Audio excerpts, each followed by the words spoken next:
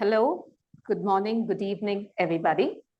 I am Lalitha Thilak. I am from Chennai, and I've been in storytelling for the past 3 years. I have my own program called Speak Through Stories. I predominantly work with children, and I do storytelling club activity for children in school over here in Chennai.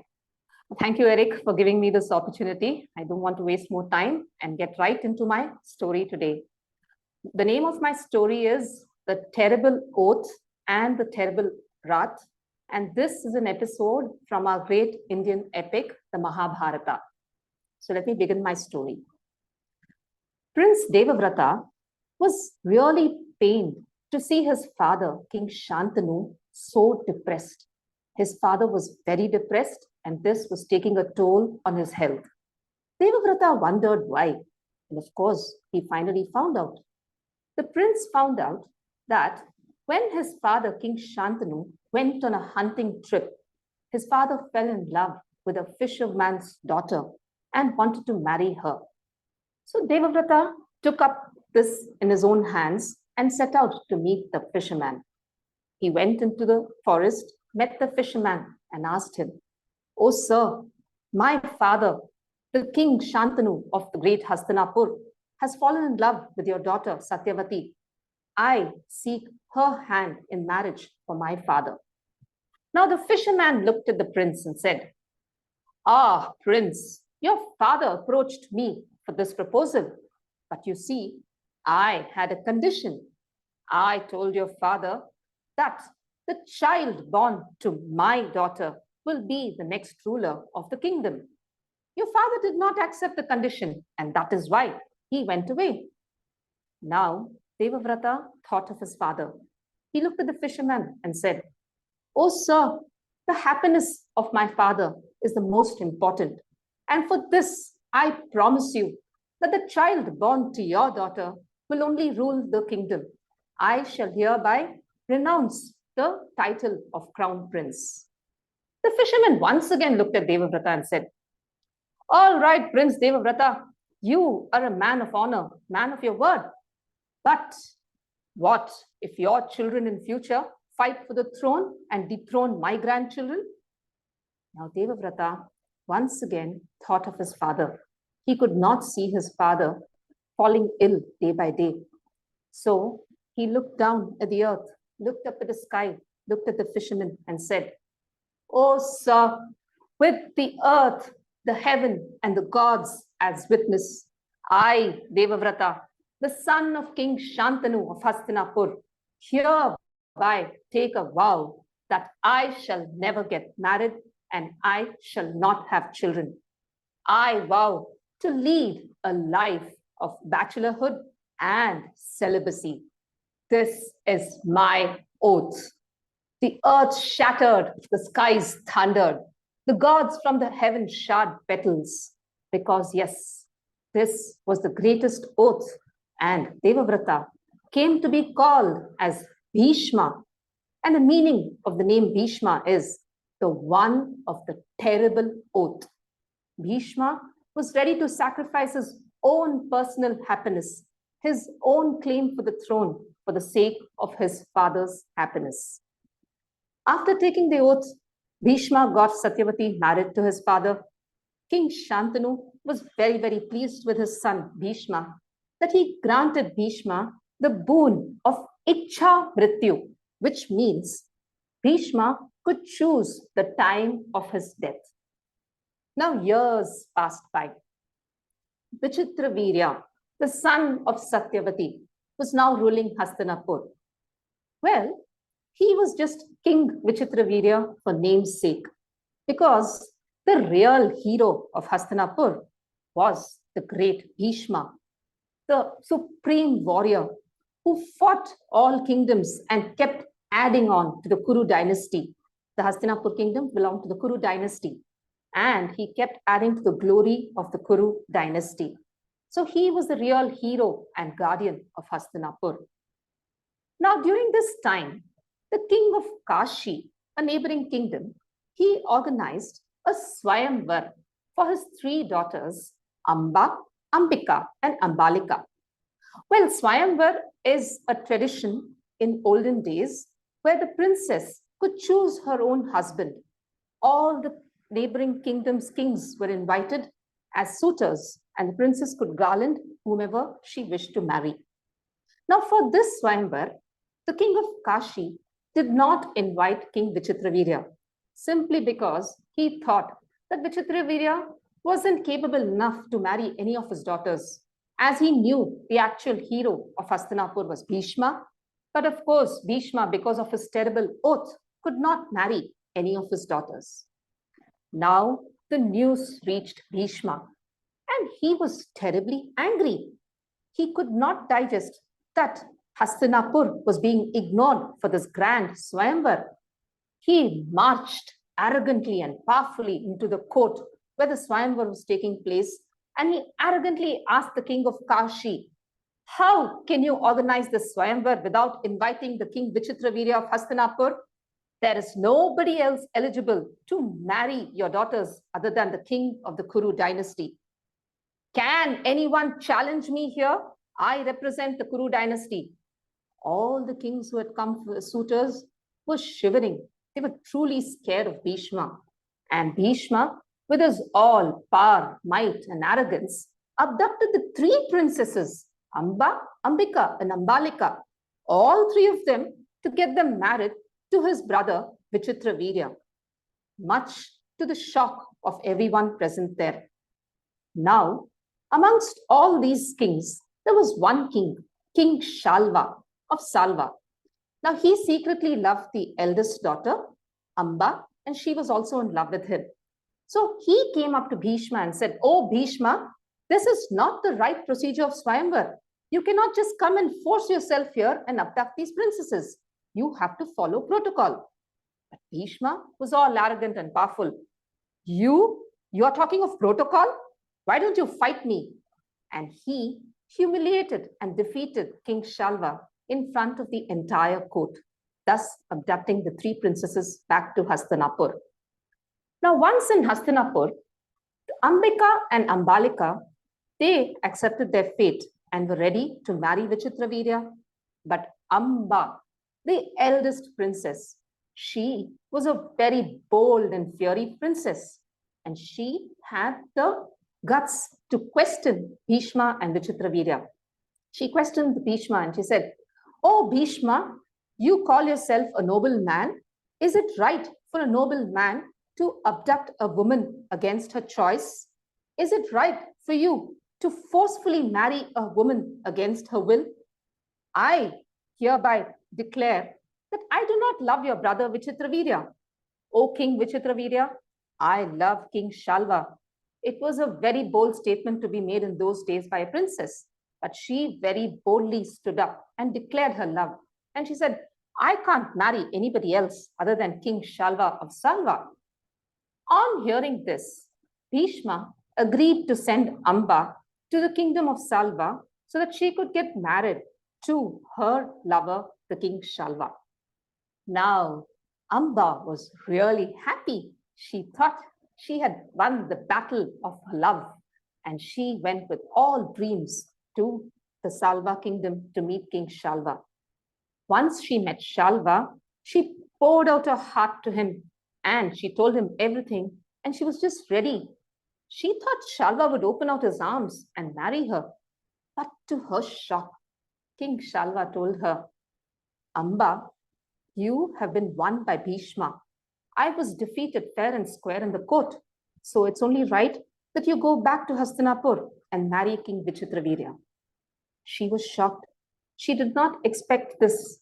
She thought love would be above everything else, above win and loss and egos. But this turned out to be totally different. So a very dejected Amba came back to Hastinapur. And what did she tell there? She told Bhishma, see, King Shalva, you have defeated him at the Swayamvar. So he told me to come back here and marry Vichitravirya. So I am ready to marry King Vichitravirya. But by now, King Vichitravirya had already married her two sisters, Ambika and Ambalika, and he refused to marry Amba because he said, I cannot marry a woman who does not love me and who's already said that her heart belongs to someone else. Now, Amba was totally dejected. She had no other choice. She felt totally humiliated too.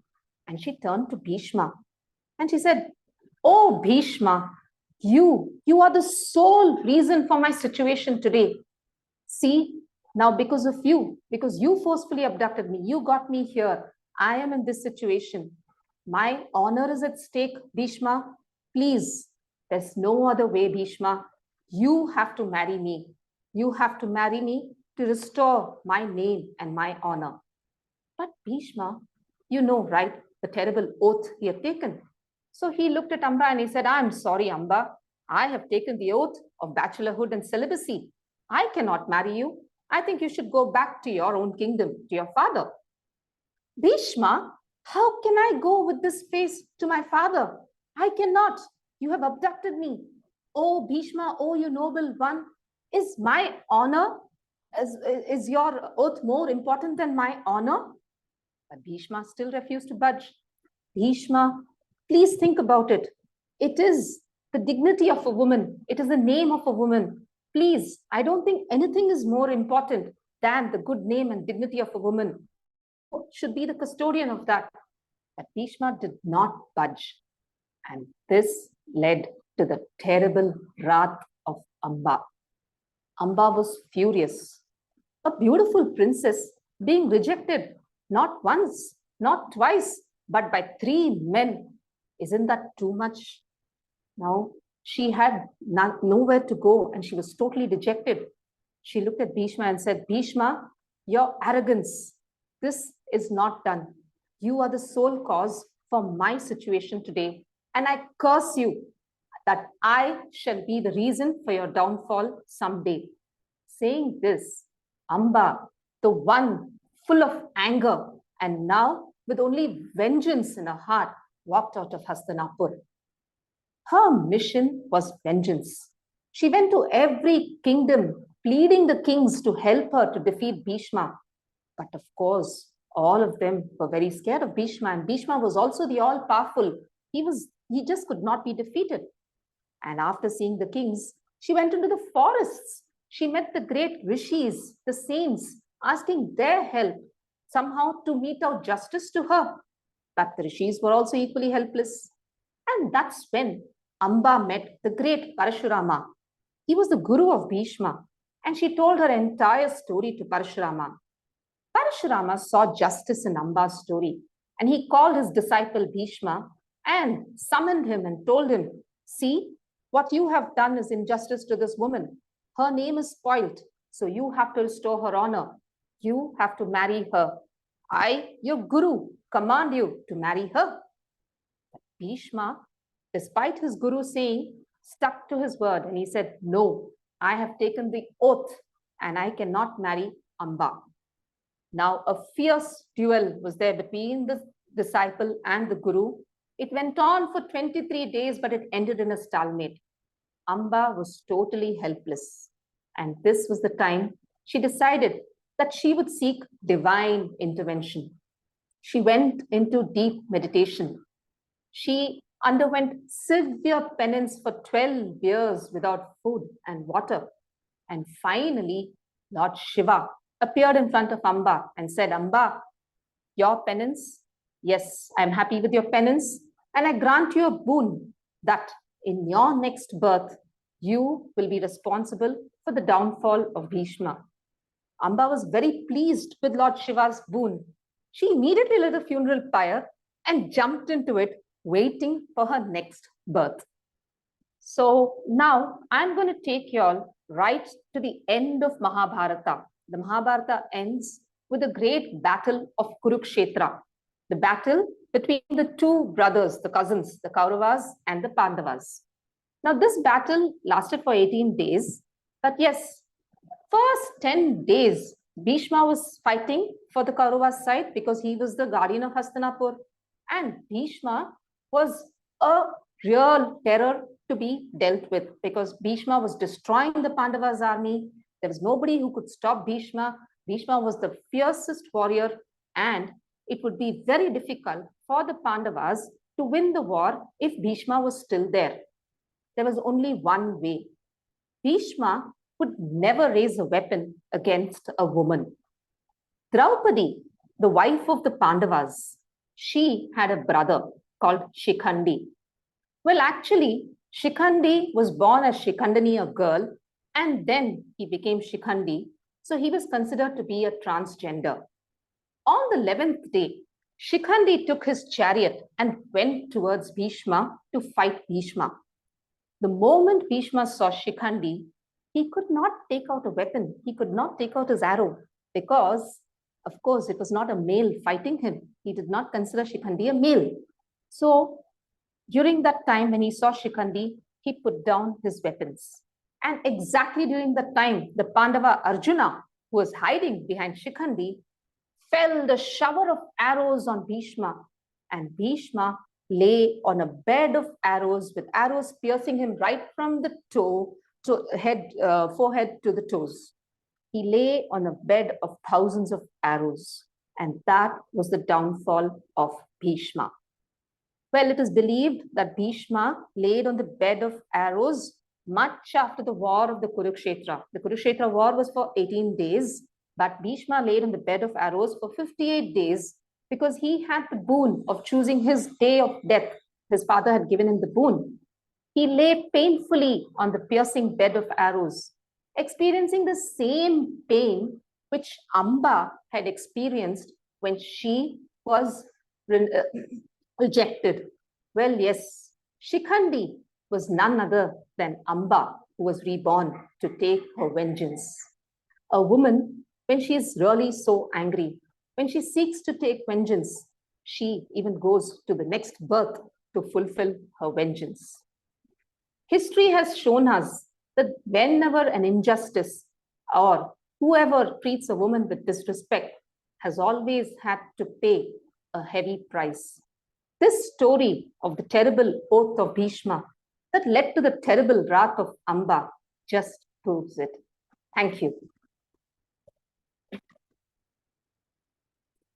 Okay, thank you very much. So Bhishma sealed his fate when he kidnapped her. Is that correct? Yes, very much.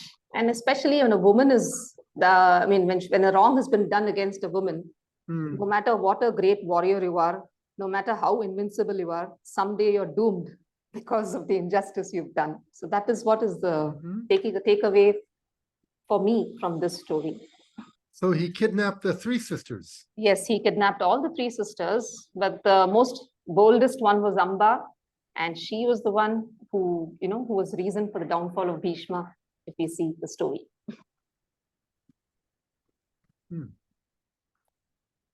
Anybody? Any thoughts?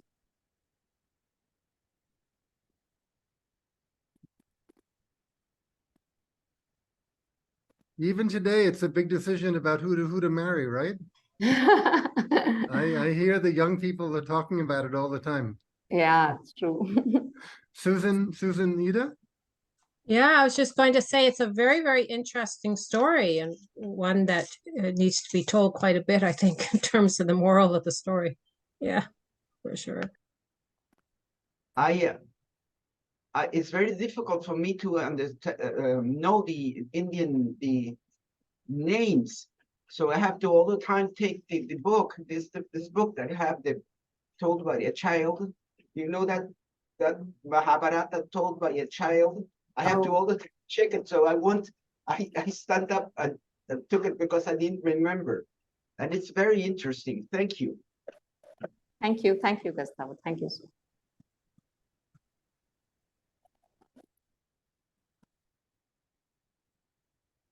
Now, at first, she didn't want to marry one of the men, right? Yeah, she was one of the kings, the King Shalva. She was in love with that king. The king had come as a suitor for the Swayamvar.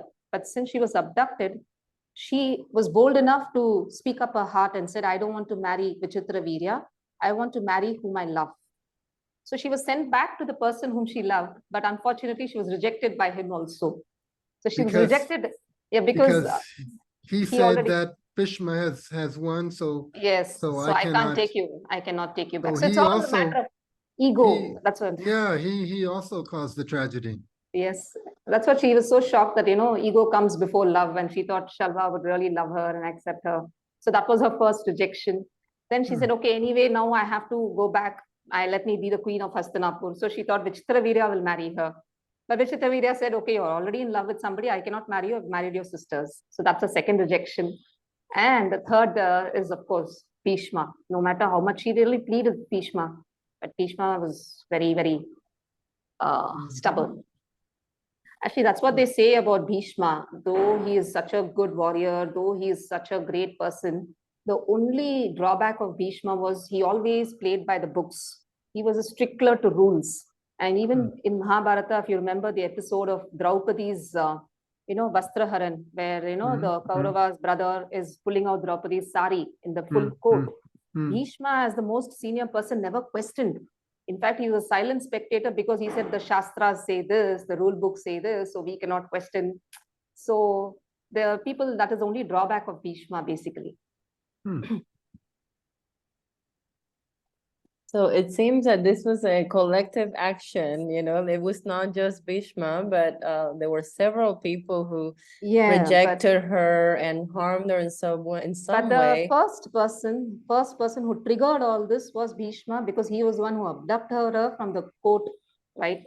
Otherwise, if the Swayamvar would have happened, she would have chosen King Shalva and they would have got married, which was the actual protocol. So that is why she holds Bhishma responsible for everything, because Bhishma was very arrogant.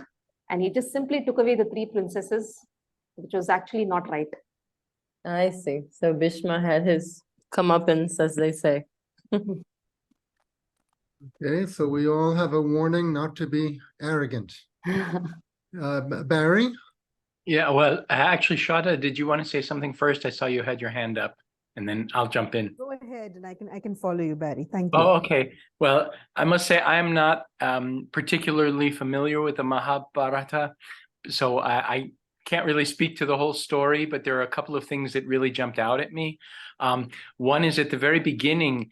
At first, I thought, oh, I must have heard wrong. It must be the father going to find out why the son is interested in the maiden, but it was the opposite, and that just seemed very unusual. Another is, oh my gosh, now I'm going to forget. Well, the transgender character at the end, of course, that like pulled up my eyes because that's such a live topic in our country right now. And the third one was the comment that he lay on the bed of arrows, and that made him understand how she had felt.